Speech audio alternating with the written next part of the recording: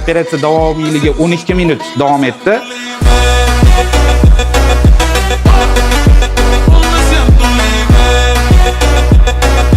Bugungi bemorimizda 3 yoshda onasining so'zidan burun orqali nafas olishga qiynalishga, tez-tez shamollashga, tez-tez tomoq og'riqlariga, kechqurun uxlaganda xurrik ochishga shikoyat qilib kelishgan.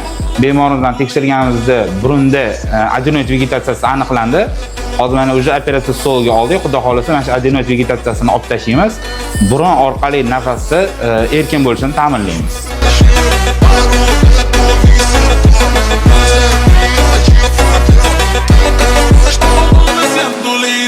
Bemorimizda adenoid vegetatsiyasini olish operatsiyasini yakunladik. Operatsiya davomiyligi 12 minut davom etdi. Xudo xolasa bemorimizga bugunni o'zidayoq javob beramiz uylariga. Agar sizning ham farzandingizda burun bitishi, uxlaganda xurrak otish, og'izni ochib yotish holatlari kuzatilayotgan bo'lsa, bizga murojaat etishingiz mumkin. Biz eng zamonaviy obорудованиялар yordamida sifatli yordam ko'rsatishga tayyormiz.